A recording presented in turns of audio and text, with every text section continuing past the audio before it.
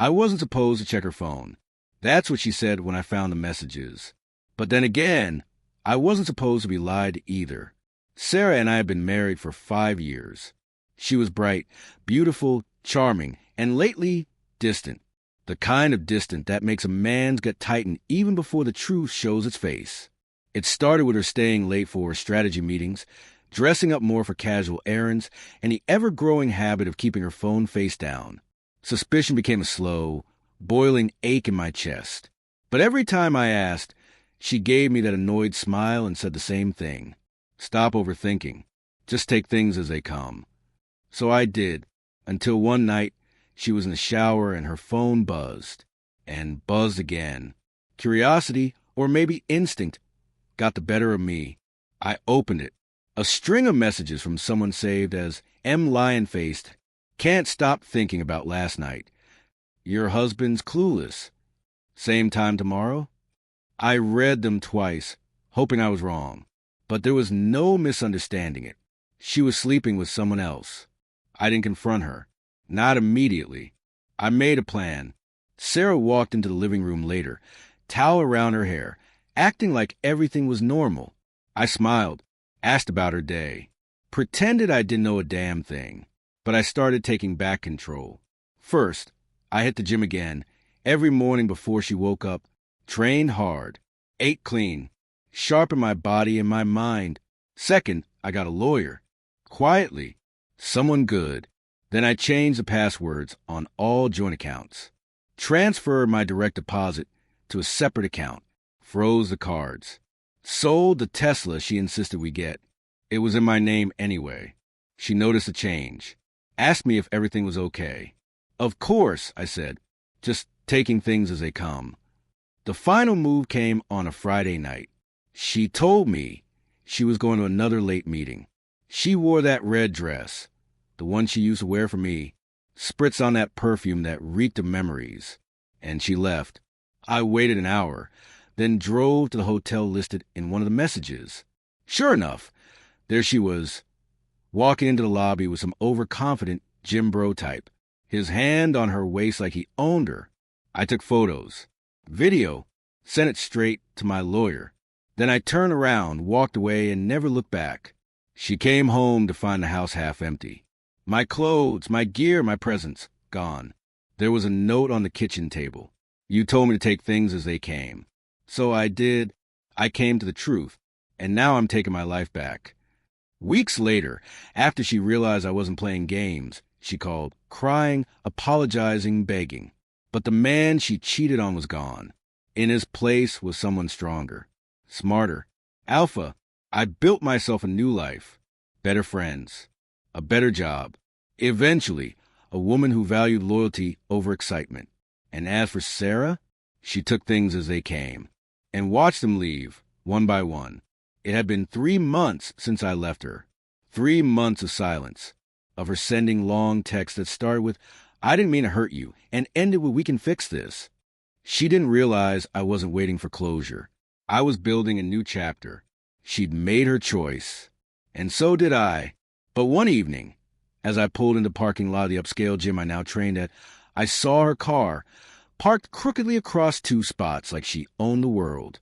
Still arrogant, still careless. I walked in anyway, head high. There she was, talking to a guy near the smoothie bar. Same swagger as always, trying to hold attention with that fake laugh of hers. But the guy she was with wasn't like the last one. He looked uncomfortable, distant.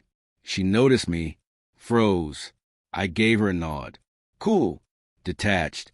The man she once had control over didn't exist anymore. Daniel, she called, voice cracking a bit. Wait, can we talk? I didn't stop walking. Just said, I don't speak past tense. That hit harder than I expected. Later that night, I got a message from her. A wall of text. You're cold now. You never used to be like this. You were soft, gentle, loving.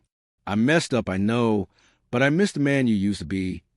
I stared at it for a second, then typed back. You killed that version. What's left is who I should have been all along. Blocked her. Months turned to a year. My body was stronger. My bank account was healthier. And my mindset?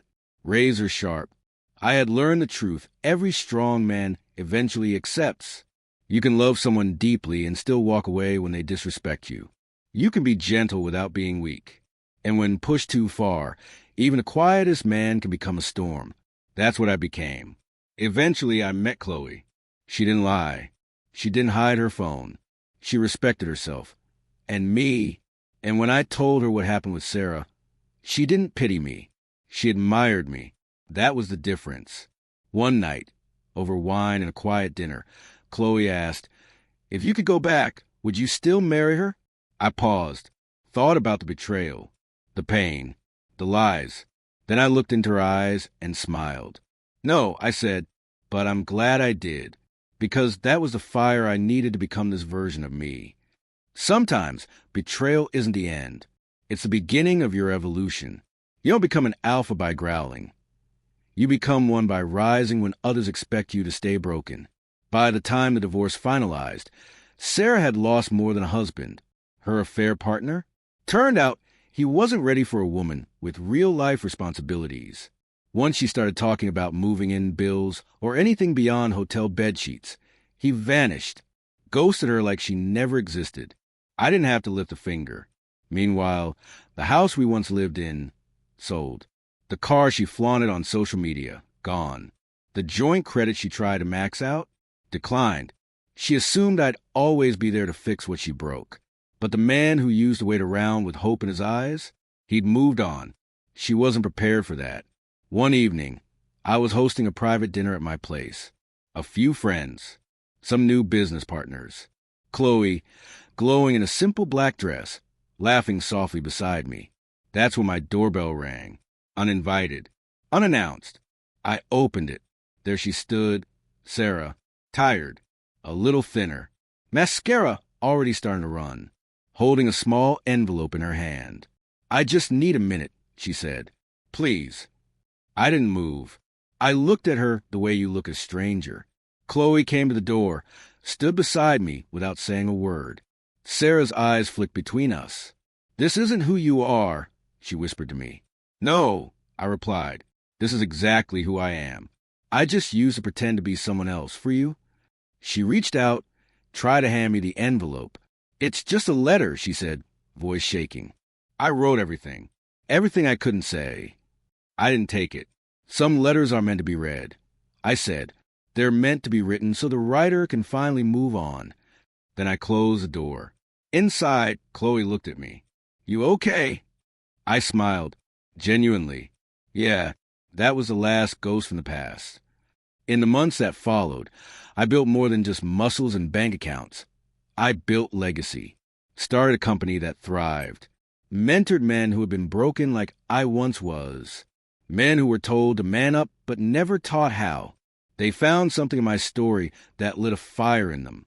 I didn't preach revenge. I showed them how to rebuild themselves stronger, sharper, more grounded. Because that's what alpha really means. Not ego, not control. Discipline, direction, self-worth.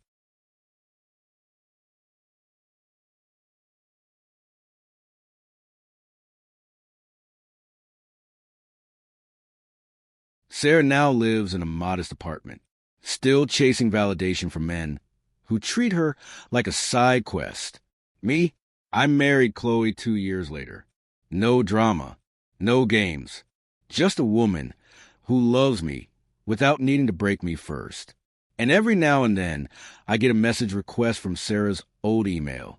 I never open them, not out of bitterness, but because the man she's writing no longer exists. She told him to take things as they came. He did, but he took them on his terms and turned the pain into power. It was the night of my company's anniversary gala.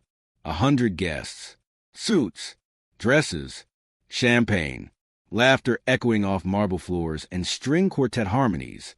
Chloe stood beside me, stunning as always, my partner in every sense. We were no longer building. We had arrived.